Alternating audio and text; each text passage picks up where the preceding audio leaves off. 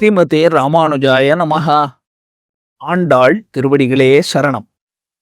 நேத்திக்கு வெளிவாசல் உள்வாசல்ல இருக்கிற காவலாளிகள் கிட்ட பேசி எப்படி ஆண்டாள் தன்னோட தோழிகளோட உள்ள வந்தா அப்படின்னு பார்த்தோம்.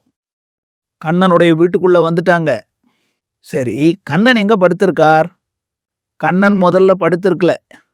நாமெல்லாம் இன்னைக்கு தனித்தனியா வாடுறோம் இல்லையா?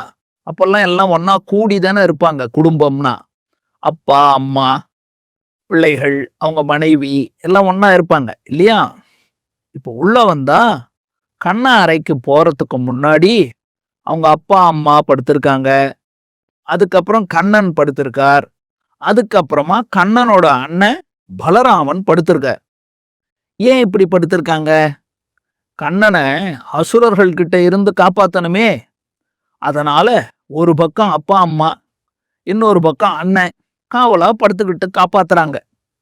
அது மட்டும் இல்ல, கண்ணன் ரொம்ப அழகு, மன்மதனை போல இருப்பான். அப்ப பொண்ணுங்க கிட்ட இருந்து வேற காப்பாத்தணும் இல்லையா? அதனாலதான். இங்க ஒரு சின்ன கதையை பார்ப்போமா? கிருஷ்ணர் பெரியவரான பிற்பாடு துவாரகைக்கு ராஜாவா இருந்தார். துவாரகாதீசன் அப்படின்னு சொல்லுவாங்க. அவருக்கு ஒரு பிள்ளை இருந்தார். அந்த பிள்ளை பேரு பிரத்யும்னன். அந்த பிரத்யும்னனுக்கு ஒரு பிள்ளை இருந்தார். அதாவது கிருஷ்ணருக்கு பேரன். அவருக்கு அனிருத்தன் அப்படின்னு பேர். இந்த அனிருத்தன் மேல பானாசுரன் அப்படிங்கிறவனோட பொண்ணு உஷை அப்படின்னு, அந்த பொண்ணுக்கு இந்த அனிருத்தன் மேல காதல். ஆனா இந்த அனிருத்தன் எங்க இருக்கிறான் அப்படின்னே தெரியாம சோகமா இருந்தா அந்த பொண்ணு. இந்த உஷைக்கு ஒரு தோழி இருந்தா. அவ பேரு சித்திரலேகான்னு பேரு. அவ எப்பேற்பட்டவ தெரியுமா? இன்னொருத்தர் கனவுல இருக்கிறத அப்படியே படமா வரைஞ்சிடுவா. அவ உஷை மனசுல இருக்கிறவன படம் வரைய ஆரம்பிச்சா. முதல்ல யார வரைஞ்சா தெரியுமா? கண்ணன் படத்தை வரைஞ்சிட்டா. அத பார்த்த உடனே உஷை, இவ்வளவுலாம் அழகு இல்லடி, இவர் ரொம்ப அழகா இருக்கிறாரே அப்படின்னு சொன்னான். அதான், வேற யாரும் இல்ல, நம்ம கண்ணனோட படம், அவ்வளோ அழகு. அதுக்கப்புறமா பிரத்யும்னனை வரைஞ்சா. இதை விட இன்னும் குறைச்சல் அழகு அப்படின்ன உடனே தான் அனிருத்தனை வரைஞ்சா. அதுக்கப்புறம் அனிருத்தன் தான் அப்படின்னு உஷை சொன்ன உடனே கட்டிலோட அந்த அனிருத்தனை துவாரகையில இருந்து உஷை கிட்ட சித்திரலேகா தூக்கிட்டு வந்துட்டா. அது கதை. அதுக்கப்புறமா கிருஷ்ணர் பானாசுரன் கிட்ட சண்டை போட்டு ஜெயிச்சார் அப்படின்னு கதை இருக்கு. அப்போ தாத்தா கிருஷ்ணர் பேரன் அனிருத்தனை விட அழகுன்னா, அப்ப சின்ன பிள்ளையா இருக்கும்போது இந்த கண்ணன் எவ்வளோ அழகா இருந்திருப்பார். இப்போ அப்பா அம்மா அண்ணனெல்லாம் ஆண்டாள் எப்படி எழுப்பினான்னு பாப்போமா? முதல்ல வரப்போற மாமனார், கண்ணனுடைய அப்பான்னா ஆண்டாளுக்கு மாமனார் தானே, அதான் நந்தகோபர், அவரை எழுப்புறா. இவர் எப்பேற்பட்டவர்? நல்லா தான தர்மம் பண்றவர். எதை தானம் பண்ணுவார்? துணி, அதான் வஸ்திரம்னு சொல்லுவாங்க இல்லையா? துணி, போட்டுக்கிற ஆடை, நல்ல தண்ணீர், தீர்த்த தானம், மோர் பானகம், அதெல்லாம். அன்னதானம், வர்றவங்களுக்கு நல்ல வயிறார சாப்பாடு போடுவார். இதையெல்லாம் நல்லா பண்றவர் எங்க சாமியான நந்தகோபரே அப்படின்னு கூப்பிட்டு எழுப்புறா. அவர் ஒவ்வொரு தானம் பண்ணும் போதும் இவரை போல இந்த தானத்தை வேற யாராலையும் பண்ண முடியாதுப்பா அப்படிங்கிற அளவுக்கு தானம் பண்ணுவாராம். ஆண்டாள் எதை தெரியுமா கேக்குறா? எங்களுக்கு இதெல்லாம் வேணாம், எல்லாமா இருக்கிற கண்ணனை கொடு அப்படின்னு கேக்குறா ஆண்டாள். அறம் செய்ய விரும்பு அப்படின்னு ஆத்திச்சூடியில ஔவையார் சொல்றாங்க இல்லையா? அறம்னா ஈகை அப்படின்னா இல்லாதவங்களுக்கு கொடுக்கறது. இன்னைக்கு கொடுத்து நாளைக்கு நமக்கு என்ன கிடைக்கும் அப்படின்னு எதிர்பார்க்காம கொடுக்கணும். இதத்தான் திருக்குறள்ல திருவள்ளுவர் வரியார்கொன்று ஈவதே ஈகை, மற்றெல்லாம் குறி எதிர்ப்பை நீரதுடைத்து அப்படின்னு சொல்றார். சரி, எப்போ நல்லதையே நினைக்கிற அப்பாவை எழுப்பினா. அவர் என்ன பண்ணார்? கண்ணால போங்கோ அப்படின்னு சொன்ன உடனே அடுத்தது யசோத அம்மாவை எழுப்புறாங்க. யசோத அம்மா என்ன பண்றா? எப்பவுமே அம்மா அப்பாவுக்கும் பிள்ளைக்கும் நடுவுல இருந்து பாசத்தை காட்டுவாங்க இல்லையா? அவர் நல்லதே நினைப்பார். நம்ம கிட்ட ரொம்ப அன்பா வேண்டியதை கொடுத்து காப்பாத்துறது யார்? அம்மா தானே. அந்த யசோதையை எழுப்புறா. என்னன்னு சொல்லி எழுப்புறான். மாமியாராச்சே, அவங்களுக்கு நல்ல ஐஸ் வைக்க வேண்டாமா? அதனால பாருங்கோ, நம்ம குலத்துல இருக்கிற ஒல்லியா மெல்லிசா இருக்கக்கூடிய வஞ்சி கொம்பு போல இருக்கிற பெண்களுக்கெல்லாம் நீதானம்மா தலைவி. எங்க குலத்துக்கெல்லாம் விளக்கு போல இருக்கிறவளே, எங்க கண்ணனை எங்களுக்கு பத்தெடுத்து கொடுத்த எங்க யசோதாம்மா, எழுந்துரு அப்படின்னு கூப்பிடுறா.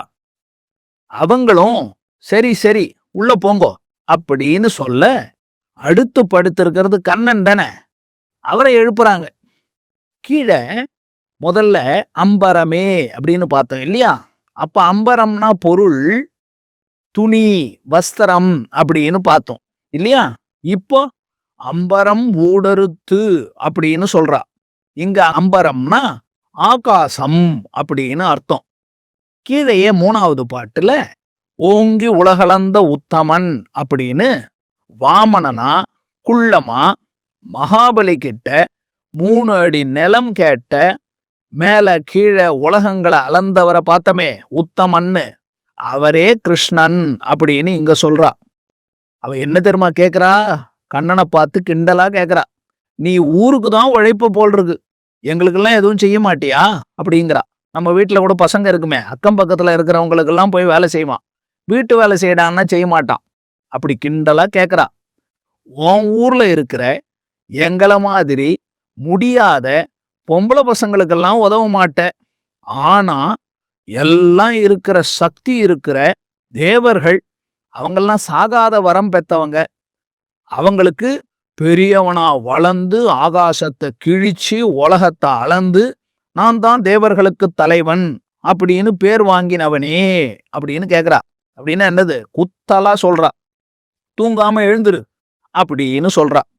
கண்ண பக்கத்துல அண்ணனை முதல்ல எழுப்பாம நம்மள எழுப்புறாங்களே அப்படின்னு அமைதியா இருந்துட்டார். இத தெரிஞ்சுக்கிட்ட ஆண்டாள் அண்ணன் பலராமனை எழுப்புறார். பலராமனை என்ன சொல்றா தெரியுமா? நீ முதல்ல பிறந்ததுனால எங்க நந்தகோபருக்கும் ஊருக்கும் செல்வம் நல்லா வந்தது. சில பேர் பிறந்தாங்கன்னா அந்த வீட்டுல செல்வமா கொட்டும் அப்படின்னு சொல்லுவாங்களே, அத போல இவர் எப்படி இருக்கார்?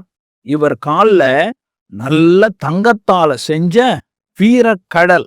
அது என்னது வீரக்கடல்? ஆண்கள்லாம் சண்டையில ஜெயிச்சு கணுக்கால்ல வளையம் ஒண்ணு போட்டிருப்பாங்க. அப்போ நல்ல வீரர்கள் போட்டுக்கிற அழகான கடல், அதை போட்டிருக்கிறவரே அப்படின்னு கூப்பிட்டா. அவர் பேர் என்ன?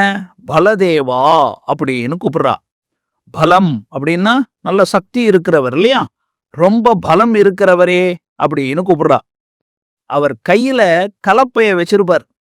பலராமர் கையில என்ன வச்சிருப்பார்? கலப்பை. அந்த கலப்பையால அடிச்சே எல்லாரையும் துவம்சம் பண்ணிடுவார். மல்யுத்தத்துல வேற பெரிய வீரர். அப்பேற்பட்ட பலராமனை கூப்பிட்டு, நீயும் உன் தம்பியும் தூங்காம எழுந்துருங்கோ அப்படின்னு எழுப்ப, பலதேவரும் சரி சரி உள்ள போங்கோ அப்படின்னு அனுமதிச்சிட்டார். இந்த இடத்துல பாட்டுல சொல்லும் போது உறங்கு ஏலோர் எம்பாவாய் அப்படின்னு சொல்லக்கூடாது. அப்படின்னா நல்லா தூங்குன்னு அர்த்தம். அப்ப எப்படிதான் சொல்றது? உறங்கேல் ஓர் எம்பாவாய் அப்படின்னாதான் தூங்காம எழுந்துருங்கோ அப்படின்னு அர்த்தம்.